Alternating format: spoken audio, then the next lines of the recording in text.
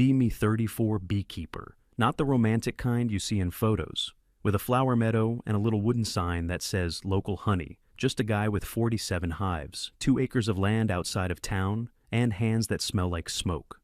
Most of the time, married 4 years, met her through mutual friends at a backyard thing.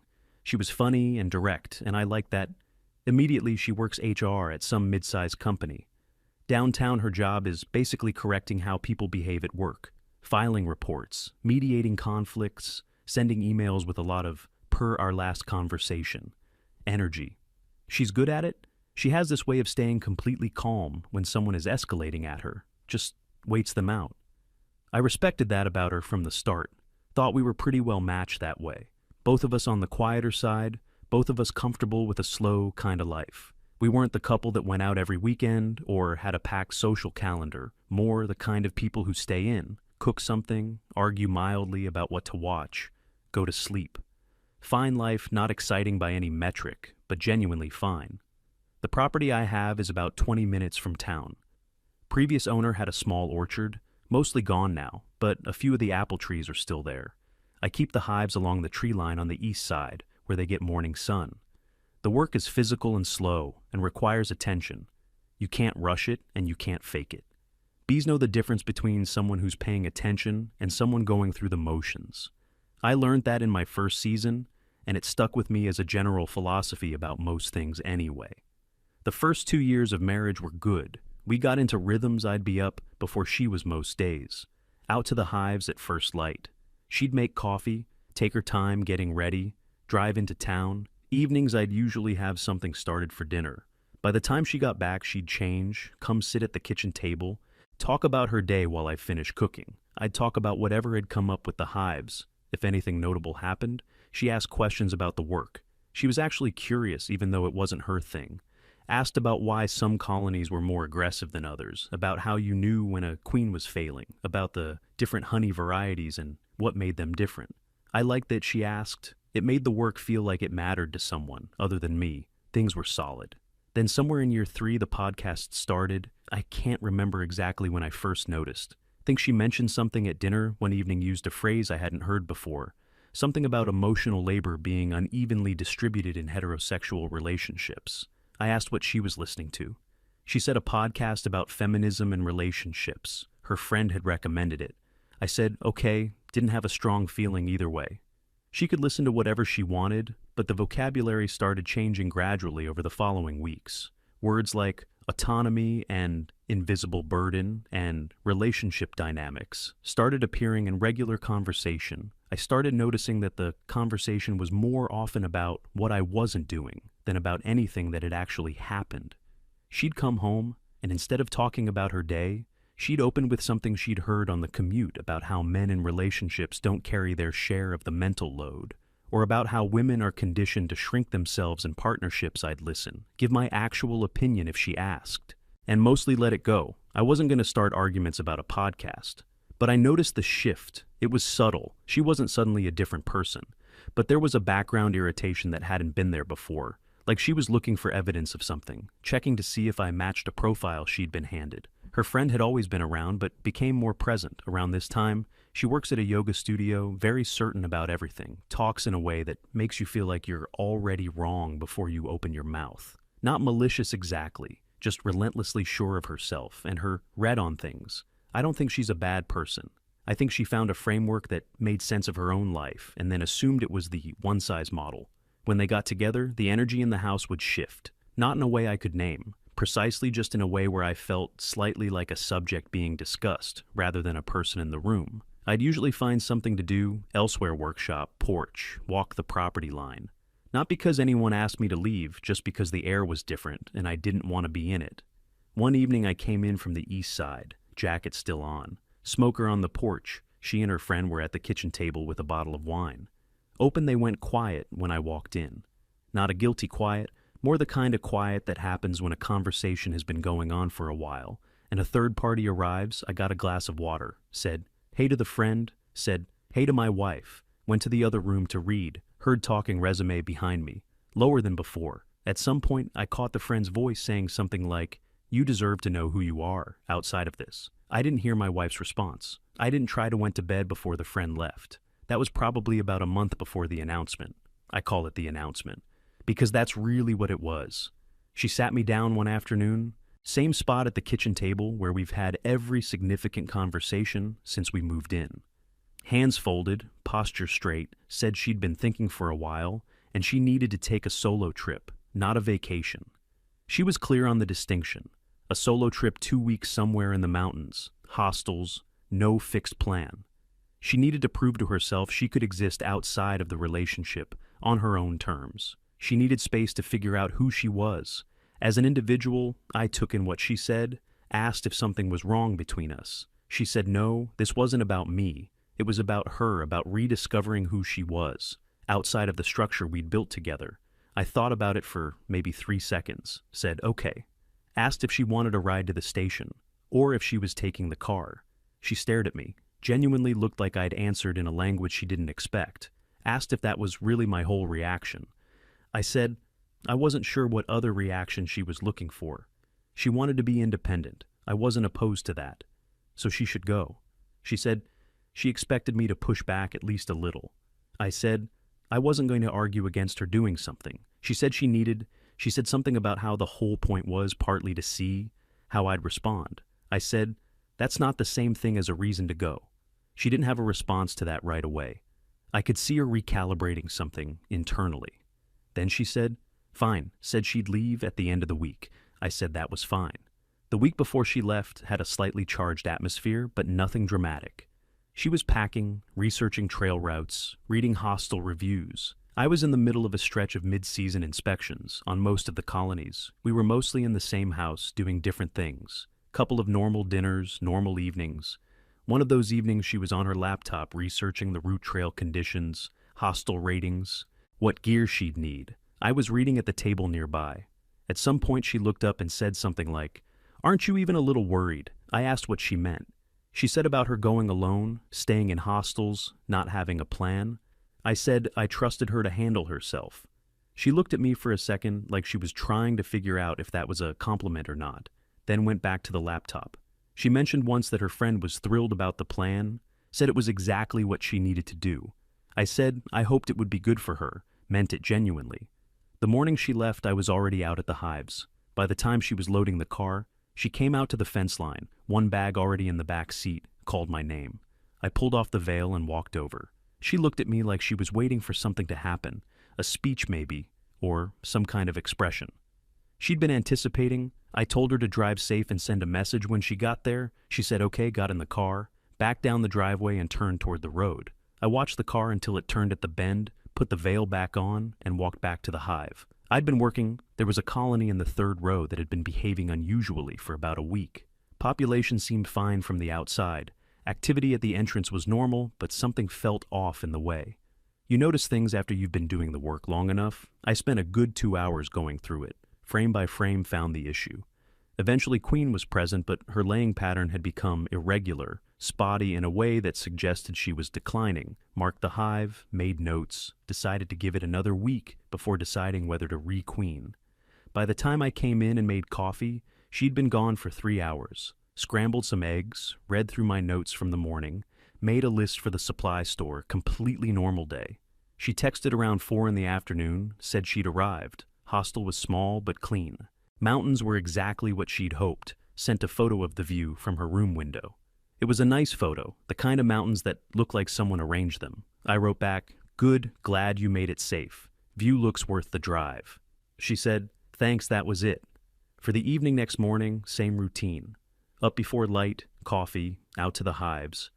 The neighbor from the far property came by to return a frame tool he'd borrowed a few weeks earlier. We ended up talking for the better part of an hour. He'd been having trouble with robbing behavior in a couple of his weaker colonies, smaller hives being raided by the stronger ones. For their stores, we talked through the options, reduced entrances, relocating the hive, timing adjustments. He stayed for coffee afterward. We sat on the porch and talked about the season, how the nectar flow had been running, what the yield was starting to look like. Both of us thought it was going to be a strong harvest if the weather held one of those mornings that just works out without any effort.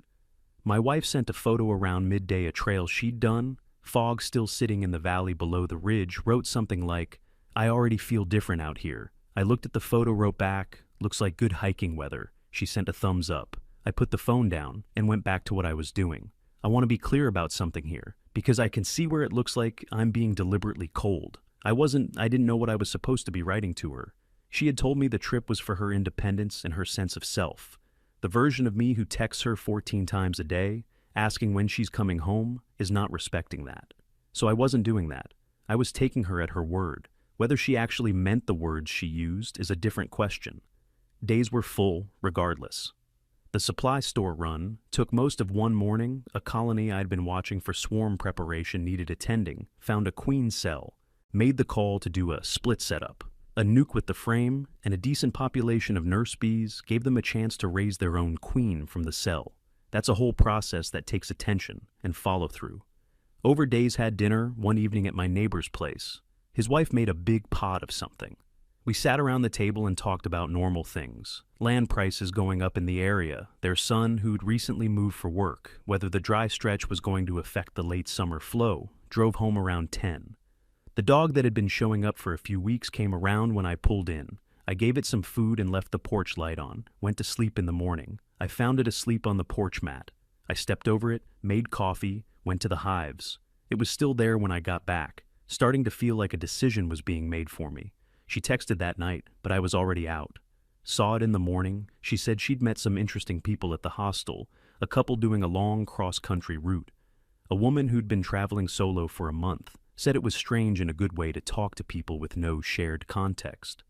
I wrote back, sounds like a good crowd to fall in with that. Morning, I had a delivery to prep 2 cases of the spring blend for the restaurant in town. The chef there had been buying from me for a couple of years. Uses the honey in a house, dressing, and a dessert on the current menu. Professional relationship that had gradually become something loosely like friendship he'd sometimes call when he had product approaching its window. Drop it by the property good arrangement. I loaded the cases into the truck, drove in, dropped them off, stayed for a coffee at the bar while the place was still quiet before service drove back. She called that afternoon, probably day 6 counting from when she left. I picked up on the second ring. Had my jacket half off from coming inside. Voice sounded a little flat compared to the earlier texts. Asked how I was doing. I said fine. Asked how she was. She said good, tired from a hike. We talked about nothing in particular for a minute. Then she said, kinda just dropped it into the conversation, that she had expected me to reach out more. I said I hadn't wanted to interrupt her trip. She said I wouldn't have been interrupting. I said okay, I could text more, if that's what she wanted. She said she didn't want me to do it, because she'd asked. I sat with that sentence for a second. I understood what she meant. I think she wanted the contact to be coming from something natural in me, not because she'd requested it. But here's the problem with that. For me, it was completely natural to leave her alone. That was my actual response to someone who said they needed space and independence. I wasn't playing a game. I didn't know the correct move was to ignore what she said and text constantly. Anyway, I said I wasn't sure how to work around that. Logic asked what she actually needed from me right now. Whatever it was, I'd try to do it. She said she didn't know. I said, let me know when you figure it out, and I'll do my best. She said, okay. We talked for a few more minutes. She asked if the dog had come back. I said, yeah, showed up again. I'd given it food. She said, good. She always had more feelings about that dog than she let on directly. We said goodnight. I made dinner and thought about the call while the pan was heating. Something was off. But I still couldn't locate it exactly. It felt like she was testing the temperature of something and not finding what she expected. I didn't know what the expected reading was supposed to be, so I had no way to help day 8 or so. She sent a longer message than any of the previous ones, said she'd been thinking a lot on this trip and starting to wonder if she was running away from something or towards something, and she wasn't sure what that meant. For when she got back, I read it a couple of times, wrote that I thought that kind of question was worth sitting with. No rush to land on an answer. She said that was very me. I took it as a neutral observation rather than a criticism. Then she said, sometimes she wished I would just react to things I asked. What she meant by react, she said, like, show a feeling, be bothered by something, let something land visibly. I thought about how to respond to that. Wrote that I had feelings. I just didn't tend to put them in the text messages while she was on a trip that was supposed to be about her. And also that I didn't think her going somewhere, she said she needed to go, was something I should be upset about. She said that was the problem. I said I wasn't sure I followed. She said she went on the trip partly to see what I would do. I put the phone down on the table for a second, looked at the wall, picked it back up, wrote, "And what did you find out?" She didn't respond for a while when she did. She just said she wasn't sure. Yet I said, okay, went to sleep. Day 9 was a big day. Had been planning a major extraction run for a while, and the timing had lined up. Neighbor came over with his extractor to run alongside mine. We set up in the barn, started pulling frames at mid-morning, uncapped. Got both machines running. It's loud when 2 extractors are going. It's also incredibly good smelling, in a way that's hard to describe. If you haven't been in a room full of fresh honey, there's a particular kind of satisfaction in watching the honey gate open and the product flow into the collection tank, especially when the color is right and the consistency is clean. This was one of the best runs I'd had, everything lined up. We filled over 80 jars by early evening, good amber, strong smell, the kind of product that photographs well and tastes exactly like. It looks neighbor stayed for dinner. We were both tired in the good way that comes from physical work that goes well made. Pasta, opened a couple of beers, talked about next week, about the market schedule, about whether the late flow would support another extraction before the season closed. He left around 9. I cleaned up, labeled a first batch of jars, lined them up on the kitchen shelf. They caught the light from the overhead in a way that looked genuinely satisfying, took a photo. Sent it to the restaurant contact with a note about availability. She texted that night, said she was having trouble sleeping. I said, hostel beds could be rough on you. She said it wasn't the bed. I asked what was on her mind. She said she kept thinking about home, which surprised her because the whole point of the trip was to not think about home. I said that sometimes being away helped you figure out what you actually wanted to come back to. She said, maybe then she said something. I've thought about a few times since. Said she thought independence was supposed to feel like expansion, but mostly it felt like absence. I read that carefully, wrote back, maybe those aren't actually different things, and you're just feeling both sides of it. At the same time, she said maybe said goodnight. I went to bed thinking she'd probably come home before the 2 weeks were up. Not because she was miserable there, exactly more, because I think she had done what she came to do and wasn't sure what the second week was supposed to add. Day 10 she called, midday. I was in the middle of something, but picked up. She said directly, right at the start, "Do you want me to come home?" I said, "Of course I do." She said, "Then why don't you act like it?" I said, I was acting like someone who respected what she told me she needed. She said sometimes respecting someone's words means seeing past the words to what's underneath. I thought about that for a second, said, I wasn't going to perform, worry for her benefit. That would be putting on a show. She said that was infuriating. I said, I understood that. She said, did I really? I said, I thought I did. She went quiet, then said she was thinking about coming back early. I said if she wanted to come back, she should come back. Whenever felt right was fine. She said stop doing that. I asked what I was doing. She said, being completely reasonable all the time. I actually laughed a little at that. Said I didn't know how to apologize for being reasonable. She was quiet again. Then she laughed a little too. Reluctantly, the way you laugh when something is funny and you don't want to give the other person the point. Said this wasn't going how she planned. I asked what the plan was. She said she wasn't going to tell me. I said that was fair. She said she'd let me know about timing. I said okay, I'd have dinner ready whenever she got back. She said okay. We hung up. I went back to what I was doing. Wasn't worried about the call. Something had shifted in it, and I thought it was moving in a reasonable direction. Day 12, she texted early in the morning, said she was coming home in 2 days. I said, great, let me know your arrival time. She sent the time in the afternoon. I said I'd be home. Spent those 2 days finishing the extraction, cleanup, rinsing equipment, storing the extractor, doing the accounting on jars, pricing the secondary batch for the farmers. Market table, neighbor came by again with a question about one of his weaker hives going into the end of season. We walked the hive together. I gave him my read on the store's situation. Normal couple of mornings on the day she was coming back, I made sure to be done with the hives before noon, cleaned up properly, got changed, started thinking about dinner, decided to keep it simple. Something I knew she liked, also cleaned the house properly.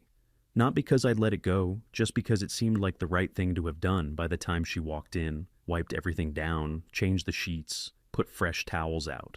The kind of thing you notice when it's done and don't notice when it isn't. She pulled into the driveway just after 4 in the afternoon. I heard the car and came out to the front of the house. She had one bag.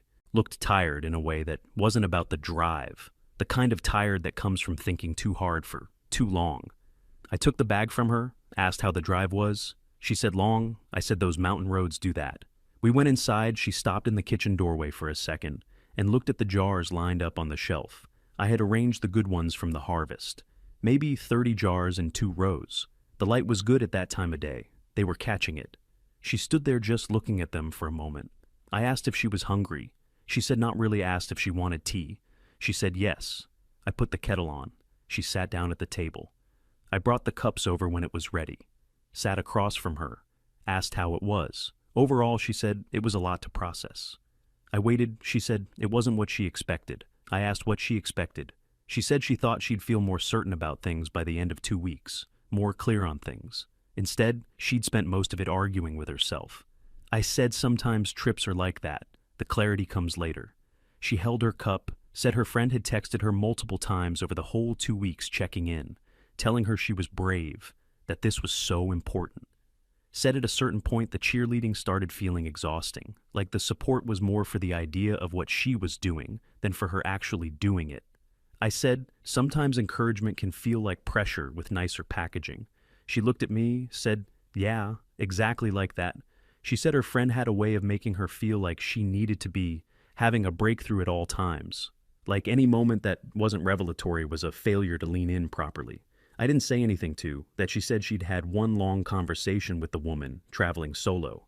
The one who'd been on the road for a month said that woman seemed genuinely happy, but also genuinely alone in a way that wasn't romantic or inspiring, up close, just alone, and she couldn't work out if that was freedom or loneliness or just the same condition. With different framing, I said probably all 3 depending on the day and the hour. She was quiet for a minute, then said something I wasn't expecting, said somewhere around day 8. She had convinced herself that my calmness was a form of toxicity, that she'd been hearing a lot of content framing male emotional steadiness as either checked out behavior or a manipulation tactic, like, if he's not reacting visibly, then he's either given up or he's running a game. She said she caught herself applying that to me and then felt foolish about it. I said it wasn't foolish exactly.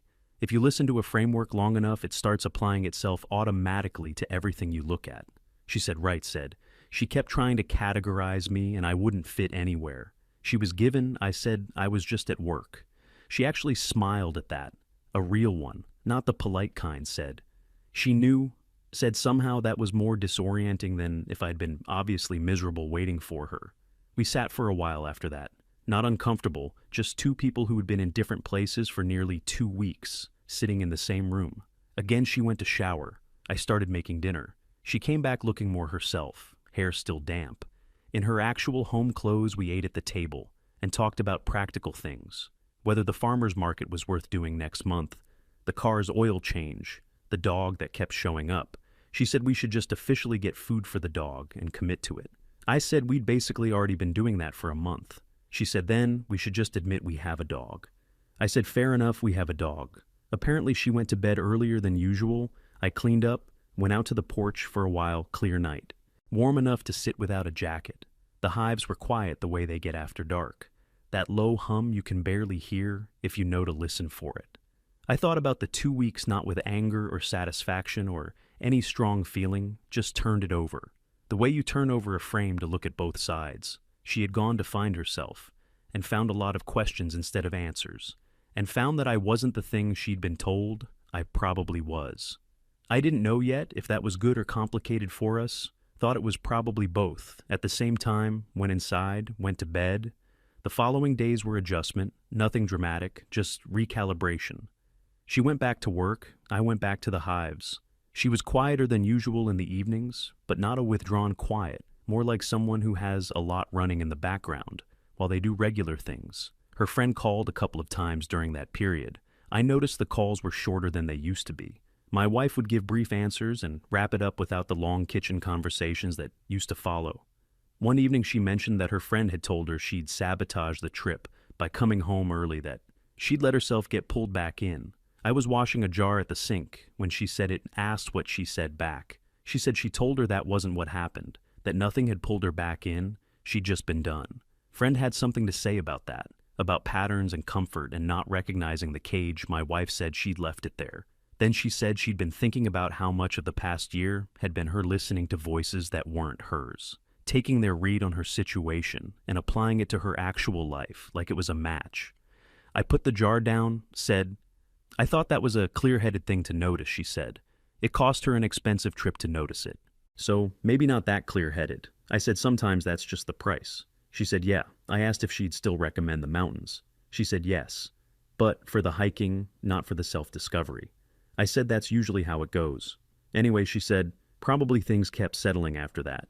The sharp edges of it softened the way most things do. Over time, she stopped bringing up the trip. As a topic, stopped bringing up the framework. Stuff started just being in the evenings. The way she used to be asking about the hives, telling me about work, arguing about what to watch. She told me one evening about a situation at work. One of the managers she'd been mediating around for months had finally crossed a line that was documentable. She had to write up the report, spent the story getting more animated as she went. I told her she'd been right about him from the start. She said she knew, said sometimes you have to wait for people to show you what they are. I said that was true of most things. She said, "Yeah, gave me a look. I couldn't fully read, didn't say anything else about it. I didn't push her. Friend came by once, maybe 3 weeks after she got back. They were on the back porch with wine. I was in the workshop doing maintenance on the extractor, came through for a drink at some point and caught the tail end of something. Friend saying, my wife had just gone back to normal, like nothing happened. My wife said that was because nothing happened in the way she was implying. Friend said something about patterns and comfort zones and not seeing them clearly when you're inside them. My wife said something I didn't fully catch, but the tone was direct, not unkind, just direct in a way that signaled she was done with the direction of the conversation. The friend left not long after my wife came inside, got some water, stood in the kitchen for a second, said she thought she'd outgrown some things while she was away. I said that could be a good thing. She said she thought so. Few days after that, she came out to the hives for the first time in a while, just stood at the fence and watched me work a row. I finished and walked over. She said she liked watching that. It looked like I knew exactly what I was doing. I said most of the time. She said that must be a nice feeling. I said it was. She looked at the hives for a while, then said she was sorry, not in a big way, not making a production of it, just said she was sorry for building a version of me in her head, based on a template she'd been given, and then feeling frustrated when I didn't match something I hadn't been consulted about. I said she didn't need to apologize for that. She said she did a little. She said the podcasts had been filling in blanks with a particular set of answers, and she'd been listening to them long enough that she stopped checking those answers against her actual experience. I said, that's an easy thing to let happen. It's comfortable to have a framework that organizes the confusion for you. She said, but at some point it started picking fights that weren't there, seeing patterns in things that were just me being me. I nodded. She said she was done with those particular ones.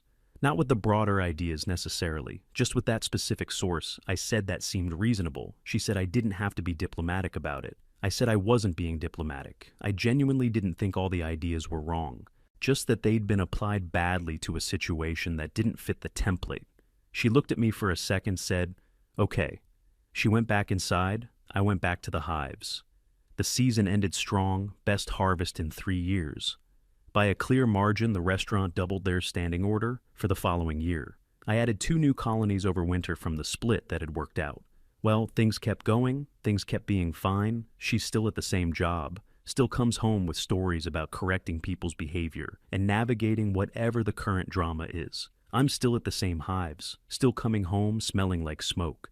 The dog is official, now has a name, has a bowl, has a spot on the couch that my wife pretends not to see. Her friend is still around, but different. Not as present, not as loud.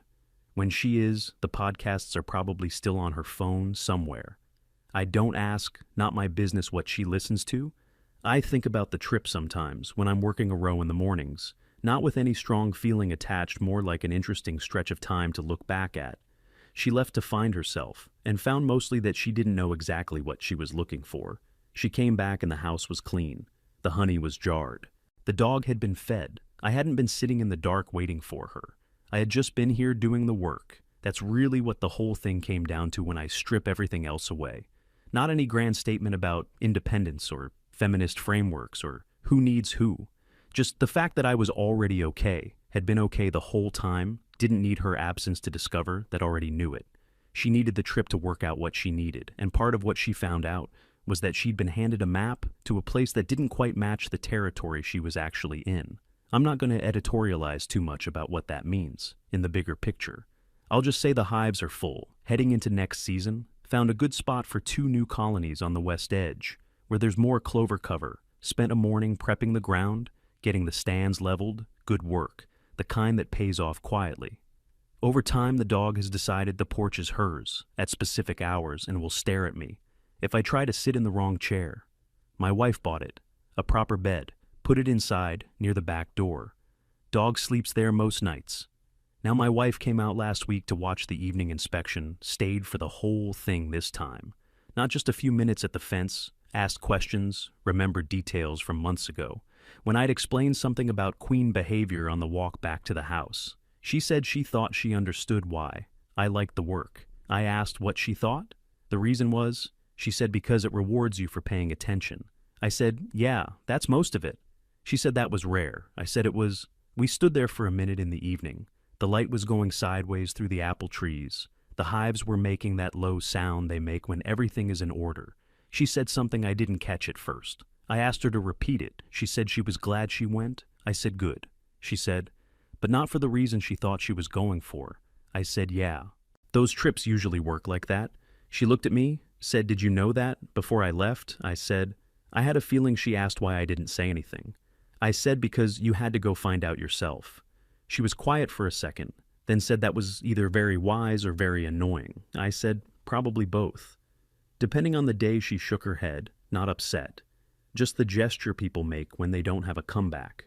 We walked back to the house together. I made tea. She sat at the table with her feet up on the opposite chair, the way she does when she's properly relaxed. We didn't talk about the trip again that night, talked about the farmer's market coming up, and whether it was worth the early start. She said she'd come with me this time. If I wanted, I said, that'd be good. Extra pair of hands, helps with the table. She said she'd drive so I could sleep on the way. I said she'd have to be up before 4. Then she said she knew, said it wasn't a problem. I said all right then, that was it, MFW.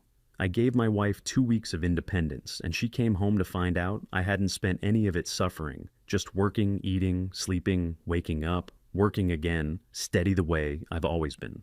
Steady, she asked me once, not long after she got back.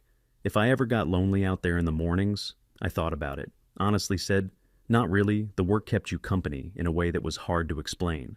She said she believed me, said she thought she understood it a little better. Now she's still figuring out what she thinks about all of it. I think she's getting there. We both are, probably the hives. Don't wait for anyone to finish deciding, so I don't either. You just get up, check the frames, note what you see, and go from there every morning, the same, every season a little different. That's all it ever is. You just get up and work. That's the whole thing, really.